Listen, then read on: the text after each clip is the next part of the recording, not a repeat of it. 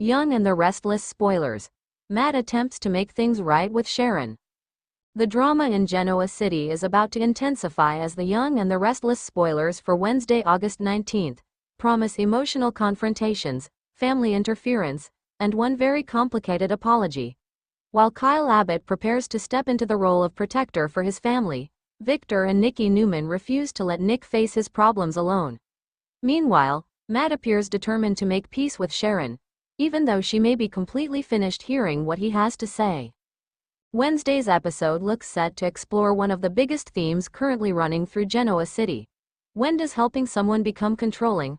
Several characters believe they know what is best for the people they love, but their good intentions could create even bigger problems. Kyle wants to save Jabbit. Kyle Abbott has never been afraid to believe he knows what is best for his family. Now, with Jabbit caught in the middle of a brewing corporate battle, Kyle appears ready to prove that he can be the person who protects the Abbott legacy. Billy Abbott wants Jabbit to take legal action against Chancellor. His solution is straightforward: fight back before Chancellor can cause even more damage. But Jack Abbott isn't exactly enthusiastic about turning the conflict into a full-scale legal war. Jack understands that suing Chancellor could have consequences far beyond the courtroom.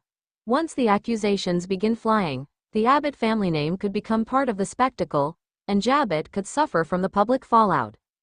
Ashley and Tracy remain more neutral, giving the family another layer of tension. They aren't necessarily rushing to support Billy's plan, but they also aren't completely dismissing it. Kyle, however, seems to have gone from skeptical to determined. At first, Kyle wasn't convinced that taking such an aggressive approach was the right move, but the more he thinks about the situation, the more he appears to believe that Jabbit needs someone willing to protect its future. And Kyle believes he is that person. His biggest concern may not even be whether Billy is right or wrong. Instead, Kyle wants to make sure the inevitable mudslinging doesn't destroy Jabbit's reputation. That could put him directly against members of his own family. Kyle's confidence is becoming increasingly obvious. He sees himself as the younger generation's best chance to keep Jabbit strong, and that could lead him to make decisions that other Abbotts aren't prepared to accept. The question is whether Kyle is actually protecting his family, or simply inserting himself into a situation where nobody asked him to be the hero. Billy and Jack could be headed for another family clash. Billy has always been willing to fight when he feels threatened, and his desire to sue Chancellor fits perfectly with his personality. But Jack tends to think several moves ahead. The two brothers could therefore find themselves on opposite sides of an increasingly dangerous business strategy. If Billy pushes hard enough, Jack may have no choice but to confront him. And when Abbott family members disagree, business decisions rarely stay strictly about business. The stakes are especially high because Jabbit isn't simply another company, it represents generations of Abbott history. For Kyle, protecting Jabbit could become personal. He may believe that his father and uncle are allowing emotions to get in the way of smart strategy. If so, Kyle could attempt to take control of the situation before it gets worse. But the more Kyle tries to fix things, the more likely it is that he creates another family conflict.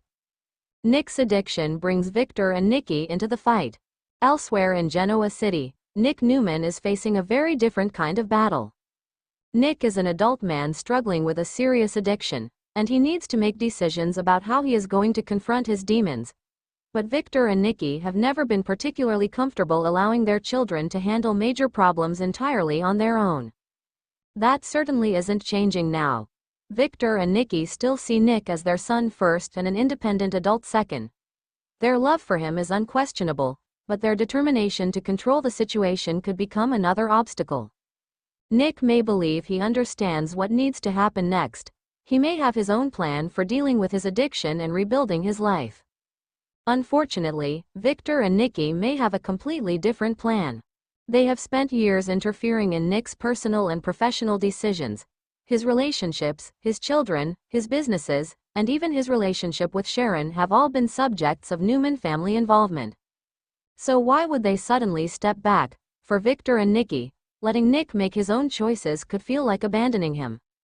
But there is an important difference between supporting someone and taking control of their life. That difference could become extremely important as Nick attempts to overcome his latest crisis. If Victor decides that Nick needs to follow his strategy, Nick could push back, and when Nick pushes back against Victor, the situation can escalate quickly.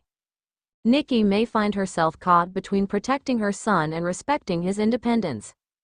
The Newman family could therefore be facing an emotional battle that has nothing to do with business. Matt is trying to make amends, then there is Matt. Matt appears to be on an apology tour through Genoa City, and Wednesday brings another stop, Sharon. He has already apologized to Sienna. He has apologized to Noah. He has apologized to various members of the Newman family. Now he's back to Sharon. Again, the problem is that Sharon may not be interested in hearing another apology. Matt has a long history with Sharon, and their complicated past stretches all the way back to their high school years.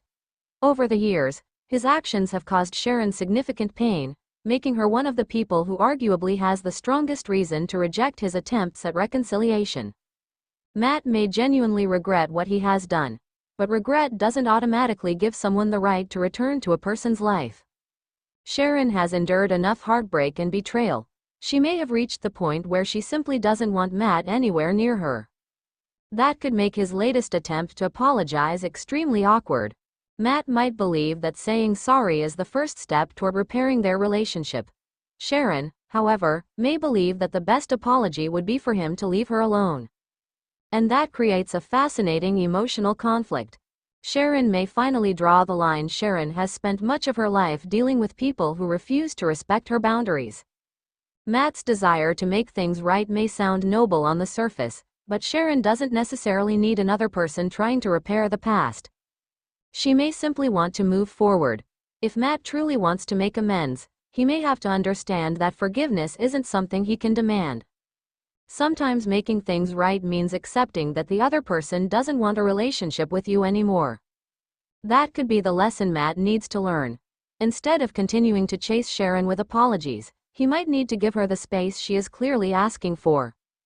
The irony is that his determination to fix things could actually make the situation worse. Sharon could become increasingly frustrated if Matt refuses to recognize that she has moved on. Could Phyllis be the better option for Matt? There is another possibility. If Matt is looking for someone who might actually have a use for him, Phyllis could be a much more interesting destination. Phyllis is not exactly known for turning away someone who can help her accomplish a goal. Unlike Sharon, who may want Matt to disappear from her life, Phyllis could potentially see value in having him around. That doesn't mean Matt and Phyllis would suddenly become best friends. Far from it. But Genoa City has a long history of unlikely alliances, and Phyllis is certainly capable of recognizing an opportunity when one appears. If Matt stops focusing on Sharon and starts working with Phyllis, the consequences could be enormous. Phyllis could potentially use Matt's knowledge, connections, or complicated history to advance her own agenda. And that could give Matt something he desperately seems to need, a purpose. Wednesday's episode could set up bigger problems. The August 19th episode of The Young and the Restless is shaping up to be less about simple solutions and more about characters making choices that create new problems. Kyle wants to protect Jabed, but his growing confidence could put him in conflict with his family. Billy wants to fight Chancellor, but Jack may be worried about the consequences.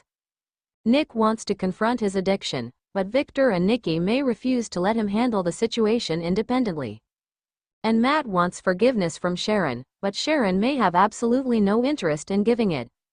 Each storyline centers on the same basic question: who gets to decide what is best? Kyle thinks he can protect Jabed. Victor and Nikki think they can protect Nick. Matt thinks he can repair his relationship with Sharon. But the people they are trying to help may have very different ideas. For Sharon especially, Matt's apology tour could become another unwanted chapter in a painful history. If she makes it clear that she wants him gone, Matt will have to decide whether he truly means his apology. Because sometimes the hardest way to make things right is to finally walk away.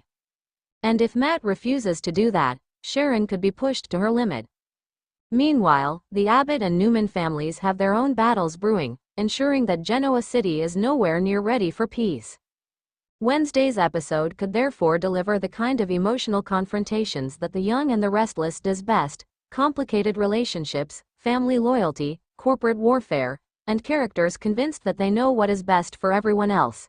One thing is certain: Kyle's hero mission, Nick's struggle, and Matt's attempt to reconnect with Sharon are all capable of exploding into much bigger stories.